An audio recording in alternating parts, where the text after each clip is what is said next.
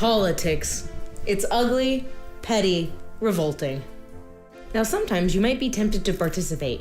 You might vote, not because there's anything worth voting for, but because you are desperately trying to vote against the greater of two evils.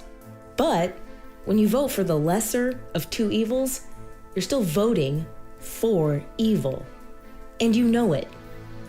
But hey, that's the system we have. Those are the options. What else can you do? You could vote for a third party and lose, and end up being abused by the two major political parties anyway. Hardly a solution. Despite what you constantly hear from government and the mainstream media, your vote is not your voice. It's a hollow sham, and you know it.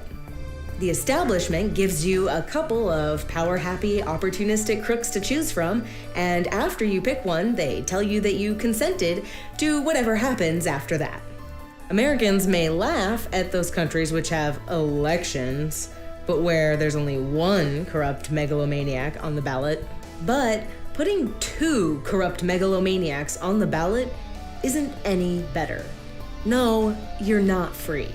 No, your vote doesn't count. No, the ruling class doesn't care what you want. And it is a ruling class. For all the rhetoric about representatives doing the will of the people, and the most ridiculous one, we are the government. You know they don't care what you want. In their game, they have all the power, and you have none. If they mistreat you, rob you, abuse you, betray you, and sell you out, what are you going to do about it? Wait a few years and then vote for the other crook who will then do the same thing to you? The whole game, the facade, the joke of democracy is designed to keep you helpless, forever wasting your time and effort hoping for a political solution. But there is none. You know we will never suddenly vote away corruption and injustice, suddenly have politicians who do the right thing and institute peace, freedom, and justice for all. So what? Are we just doomed? Is this the best we can do? Is this the best we can hope for? Hell no. But if you want something different, something better, then you need to get your mind out of the complete crap you've been taught to believe.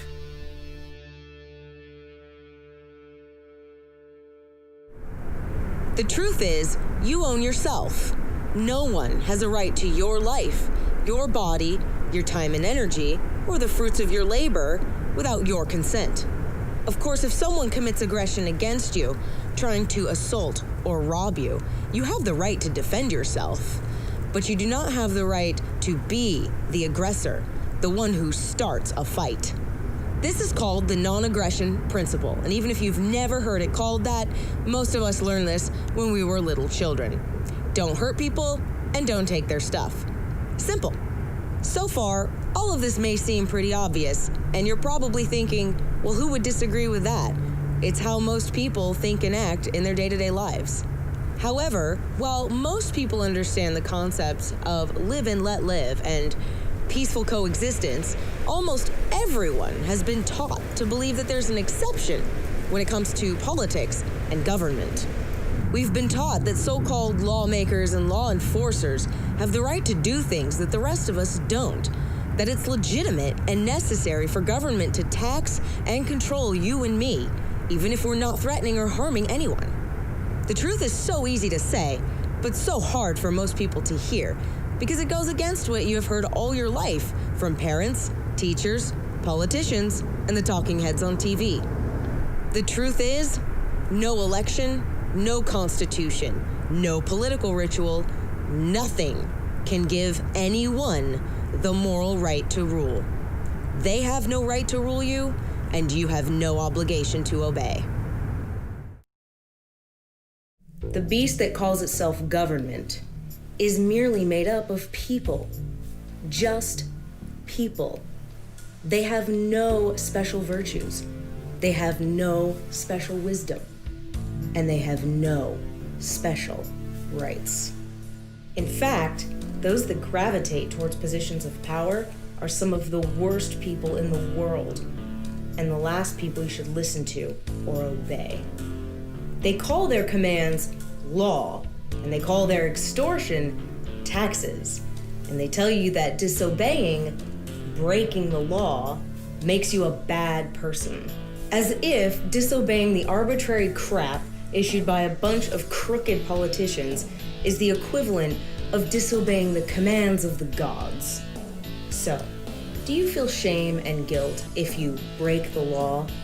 Do you think that whether you're a good person depends on whether you're a law-abiding taxpayer? Because it doesn't.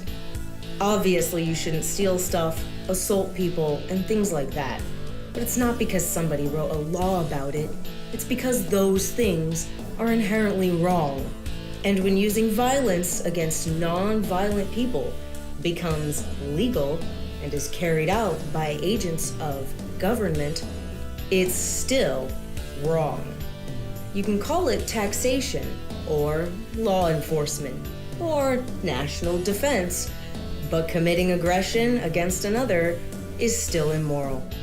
Indeed, the worst atrocities in history were legal and were carried out by law enforcers. So, am I saying that you shouldn't respect the law? Am I saying that you shouldn't respect the authority of government? Yes, that is exactly what I am saying.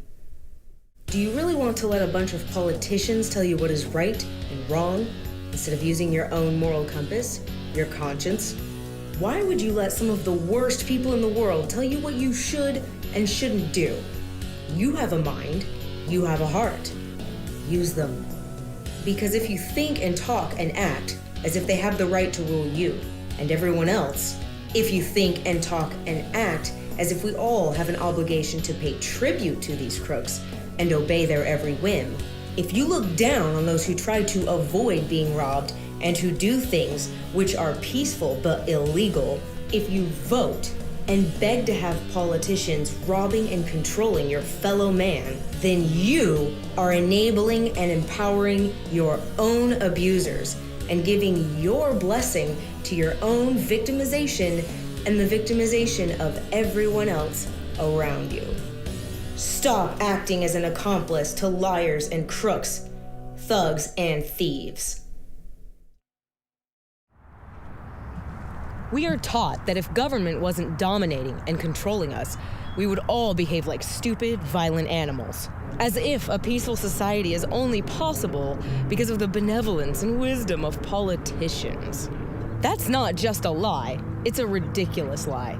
Government is nothing but a giant coercion machine, interfering by force in the lives of everyone and limiting everyone's options. And politics is based entirely upon divide and conquer. Those in power want all of us to be at odds with each other, to be divided by race, sex, age, income, religion, nationality, and so on. They need us to fear, distrust, hate, and resent each other so that each of us keeps begging them to use their power to forcibly control everybody else. And when we fall for that trick, the only ones who win are the politicians. Those in government get their power from you, from your vote, your compliance, your obedience, your words, or even just from your silence. For all of their rituals, all their grandiose buildings and fancy titles, all the rhetoric they use to disguise what they really are and what they really do, government is nothing more than a gang of thugs and thieves. But if you think and talk and act as if they are your rightful lords and masters, then they will treat you like they own you, as if you are nothing more than human livestock. Because of the people who blindly obey orders, who do the politicians' bidding, those in government may have the ability to dominate and rob you, but they have never had the right.